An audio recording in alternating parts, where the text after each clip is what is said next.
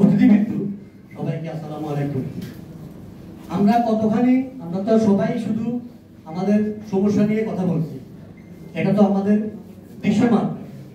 আমরা যে নির্যাতিত, আমরা যে নিপীড়িত সারা বাংলাদেশে, আমরা যে ভালো নেই, আমাদের সংসার যে ভালো নেই, আমাদের সন্তানেরা ভালো নেই, কেউ ভালো নেই।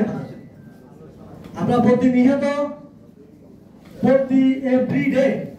এভরিওয়ান আমরা নির্যাতিত, কিন্তু আমাদের কথা শোনার মতো কোন সরকার ছিল না।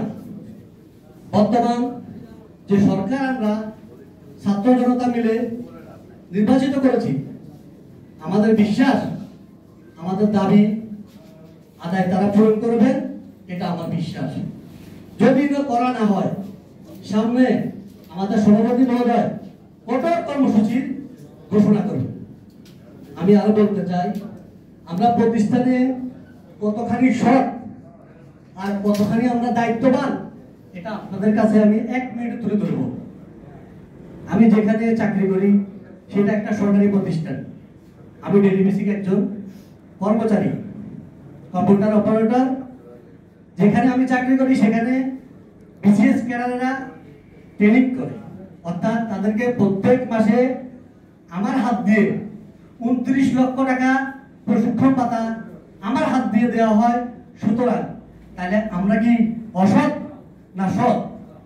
আমার মতো একজন কর্মচারীকে যদি এই ধরনের মূল্যবান দায়িত্ব দেওয়া হয়, আমি ফাইল লোড করি, সেখানে ডিজি স্বাক্ষর করে আমার পরামর্শে তাদেরকে আমি প্রশিক্ষণ ভাতা দিই 28 লক্ষ টাকা মাসে, তাহলে আমরা কি গ্রহণযোগ্যতা নয়?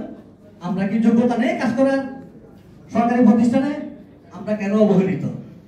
আমরা কেন নির্যাতিত বছরকে বছর? আজকে আমরা 2000 প্রায় আমার চাকরির সার্ভিস 15 বছর। 15 বছরের ভিতরে আমি দেখি নাই কোন সরকার, কোন আমলা, কোন নেতা আমাদের সাথে কথা বলতে। কিন্তু আমরা ইনশাআল্লাহ আমাদের সুধী সমাজ, আমাদের যারা উপস্থিত আছেন, আমাদের অতিথিবৃন্দ, তারা মানবিক, তাদের আমাদের পক্ষে কথা বলবেন, সরকারকে বুঝিয়ে বলবেন অতি শীঘ্রই যেন আমাদের পক্ষে আমাদেরকে সমাধান করে। আমরা বাঁচতে চাই সমাজে, আমরা স্বাধীনভাবে বাঁচতে চাই।